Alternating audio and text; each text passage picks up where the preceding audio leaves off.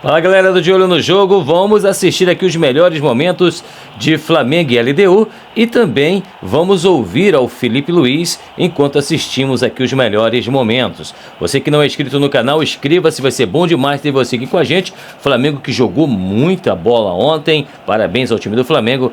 Parabéns ao Felipe Luiz, inclusive o Felipe Luiz vai falar sobre a sua decisão de ter deixado o Pedro no banco. Muita gente questionou na web antes do jogo, mas a gente vai ouvir aqui a explicação do técnico Felipe Luiz. Parabéns mais uma vez aí o gol do Léo Ortiz, gol de cabeça do Léo Ortiz, com vocês Felipe Luiz. Vamos ouvir o que o técnico disse. Uma das coisas que a gente viu no jogo hoje de mudança foi o Gerson mais atrás ali ao lado do De La Cruz e essa dupla funcionando muito bem, né? Acelerando muito o jogo, saindo bem da pressão.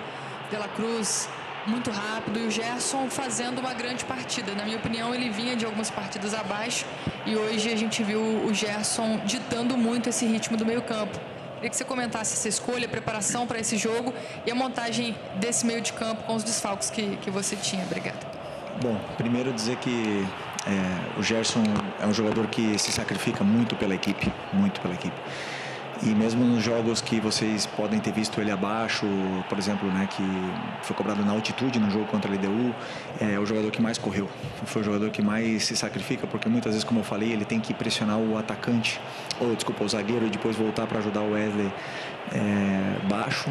E ele corre muito, se sacrifica muito pela equipe. E ele nos dá uma possibilidade a ganhar o meio-campo de uma forma puramente qualitativa. Então, aonde ele joga, se ele jogar na meia, jogar de volante, ele é um jogador muito determinante, muito importante para mim. Hoje, com os desfalques que a gente teve, ele acabou jogando nessa posição de volante e não estava já tão acostumado, fazia tempo que ele não jogava aí, desde o Carioca, se eu não me engano, mas é um jogador que eu sei que posso contar com ele em qualquer posição. E com o Nico, como eles treinam juntos, né? Ele, o Everton, Alan, Eric, então eles têm as dinâmicas e eles se sentem bem e performam. Eu estou muito feliz porque hoje o jogo do Gerson, o sacrifício do Gerson foi recompensado e merece ser elogiado. Em virtude da grave lesão que ele teve, então eu queria saber de você por que dessa escolha de não começar com o Pedro. Bom, o Pedro fez um grande jogo contra o Corinthians, mas como eu falei para vocês também, para mim existe uma coisa que é a alta médica, que o Pedro está liberado para jogar e ele fez um grande jogo, mas não existe mágica. A alta competitiva, jogar a cada 3 dias, tá no nível dos companheiros, isso é outra história. E o Pedro não está no nível dos companheiros fisicamente. Ele não está. Eu sou o que mais quero colocar o Pedro. Eu sou o que mais estou desejando o Pedro chegar na sua forma física ideal para jogar com o modelo de jogo que pede, que todos sabem o que eu peço, né? Para jogar dessa forma, a gente precisa de todo mundo 100%. E o Pedro não está 100% fisicamente. Não está, a gente nota. E depende dele. Cada dia treinar, cada minuto que ele tiver aproveitar, cada vez mais minutos. Então, sei que ele é o melhor e assim que ele tiver no mesmo nível físico que todos os outros, com certeza ele vai estar no campo, porque todo mundo sabe da qualidade do Pedro. Você enxerga que é possível o Pedro e o Arrascaeta jogarem juntos e o Flamengo pressionar o adversário, como você gosta que a equipe pressione, né? Queria que você explicasse isso. E, rapidinho, só para completar, queria que falasse da situação do Gonzalo Plata, né? Porque ele está com edema ósseo.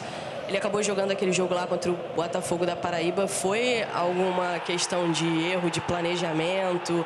Ou ele estava bem e depois piorou? Enfim, ele perde aí os próximos jogos?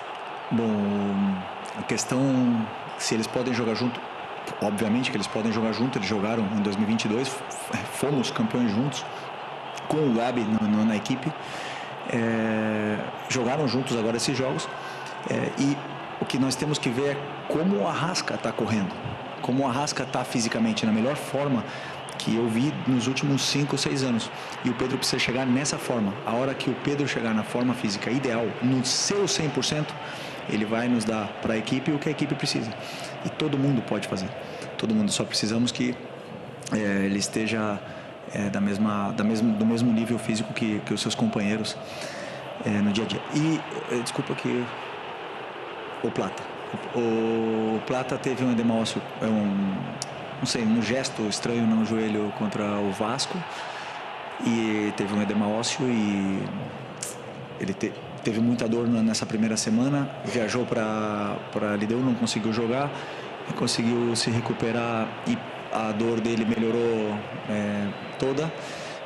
Então teve minutos contra o Botafogo, foi espetacular como ele jogou, mas voltou a ter dor. E o joelho é um tema muito delicado, uma coisa que pode perdurar para a vida dele. E realmente ele está com dor, ele não está conseguindo performar, ele está muito frustrado. Um cara que ama treinar, um cara super alegre, feliz e divertido. E hoje a gente vê quando ele está na maca que ele está triste, né? Então precisamos que ele se recupere o antes possível, porque sabemos do importante que é esse jogador para a gente. Boa noite, Felipe. Léo José do Coluna do Fla. A lesão do pulgar fez com que você precisasse... A lesão do pulgar e também do ala fez com que você precisasse puxar um pouquinho o Gerson, e aí você formou a dupla ali do Gerson com o De La Cruz. Uma dupla que funcionou bem, né? Pelo meu entendimento, seu entendimento também. E lá na ponta direita você acabou jogando o Luiz Araújo. E com a lesão do Plata, em mais alguns jogos a gente vai precisar ver outro ponta direita por ali, sem ser, obviamente, o Plata. E com o Luiz Araújo na direita e o Gerson mais de volante, você entende que essa opção ela pode ser usada mais vezes? É uma opção que você pensa usar com frequência? Ou você prefere mesmo deixar o Gerson ali na meia direita e usar um outro volante? Eu sempre penso em escolher os melhores para poder montar um plano de jogo onde eu possa machucar o adversário. O Luiz tem uma coisa que é muito boa, que ele tem gol. Ele tem gol, ele tem assistência, ele gera esse perigo quando ele chega perto da área, né? Então, ele nos dá outras coisas com suas características para a equipe. Então, eu sempre, quando eu vou analisar um adversário, e agora mesmo pela falta dos volantes, nem duvidei em colocar o Luiz pela forma que ele entrou no último jogo com 10 minutos. Falei para ele, orgulhoso que eu me sentia dele depois de ter ficado vários jogos no banco. E entrou, 10 minutos não, no minuto 10 contra o Bahia, e correu de uma forma assim muito bonita. O que ele fez no jogo contra o Bahia foi para mim impressionante. Falei para ele que eu fiquei orgulhoso dele. E o futebol ele devolve. Um cara que treina todo dia do jeito que ele treina, um cara que quer, que se incomoda quando erra e quer melhorar e quer evoluir, o futebol devolve. E hoje devolveu com um gol, mais uma grande atuação. Então o Luiz sempre vai ser uma peça onde eu sei que eu posso começar com ele, sei que posso colocar no segundo tempo, e o campo fala, né? Tem jogadores que, como eu falei, batem na porta e vão jogar mais. Depois os momentos de cada um vão dizendo se merecem estar no campo ou não. A meu ver, o Michael não tem deixado de lutar, hora nenhuma, jogo nenhum. Toda a participação dele, não vejo faltar luta ao Michael. Agora, algumas tomadas de decisão eu acho que têm sido equivocadas e a torcida já cobra bastante o Michael. Eu vi que no momento em que ele deixou o campo hoje, você deu um abraço longo no Michael. Não sei se falou alguma coisa, eu estava longe, não consegui ver. Como fazer para tornar o Michael, de fato, aquela peça importante que o torcedor tanto pediu, inclusive o retorno na temporada passada. E essa é uma das funções do treinador, recuperar jogadores que não estão dando aquilo que o torcedor entende que pode ser melhor. Obrigado e parabéns. Obrigado. Eu penso sempre em uma frase que define, né? Ninguém é mais importante que a equipe. Todo mundo tem que se sacrificar pela equipe e a equipe vence dessa forma, ou está mais perto de vencer dessa forma. Hoje o Michael, o Bruno Henrique, o próprio Arrascaeta, o Luiz, jogadores de frente não deixaram em nenhum momento ele deu jogar. Não deixaram. Eles não conseguiram passar do meio campo no primeiro tempo. E é um time que, se você ver, você estudar, eles jogam como jogaram no segundo tempo aqui, né? Então é um jogador, o Michael é um jogador que dá tudo o que tem pela equipe. E sempre que eu escutei os torcedores falarem queremos raça, queremos gente que corre quando não der na bola, vai na vontade, ele tem tudo isso. E ele começou o jogo muito bem. E aí nas primeiras decisões a gente sabe que a torcida está esperando, e aí começam a pegar no pé. Ele acabou ficando mais nervoso. Mas não temos que esquecer o que o lateral direito do LDU sofreu com ele, e tanto é que foi substituído. por causa que o Michael machucou muito aquele lado deles ali. Depois falta o terço final, falta o último passe, falta essa tomada de decisão. Sim, ele sabe, ele treina, ele é o cara que mais fica fazendo complemento todo dia. E a hora que a bola entrar ou que ele conseguir se soltar um pouco mais nesse aspecto, ele tem, porque em 2021 ele fez 15 gols, se não me engano, 12 gols, ele quase foi artilheiro do brasileiro aqui naquele ano. Então eu tenho que tentar também ajudar ele a recuperar isso aí, que é um jogador que deixa tudo que tem pelo Flamengo. Eu queria saber o que você pensa em relação à marcação alta e criação de jogada, porque não necessariamente o time precisa marcar alto e roubar a bola no campo do adversário para criar jogadas, para ter a posse de bola, né?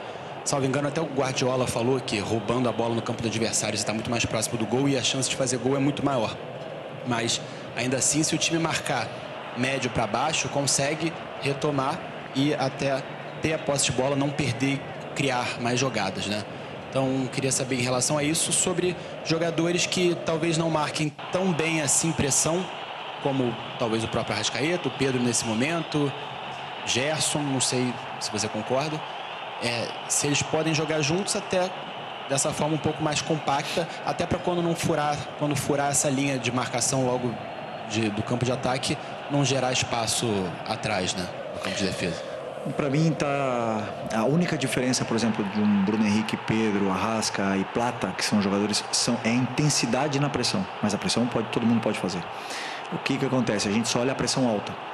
Só que para mim o jogo é feito de fases, né? Então na fase defensiva para mim são 4 fases, que é o tiro de meta, a pressão alta, o bloco médio e o bloco baixo.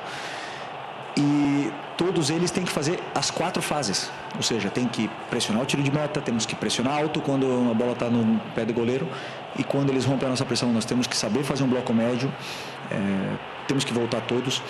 E quando tiver o bloco baixo também tem que voltar todos, tem uma função defensiva a fazer em todas essas fases, na fase defensiva e também na fase ofensiva, claro que são outros aspectos. Todos eles podem fazer. A intensidade da pressão, a força que você vai pressionar é outra. Isso sim, isso é uma característica que a gente não pode mudar, mas todos eles podem fazer as 4. E, aliás, fazem, quando estão bem.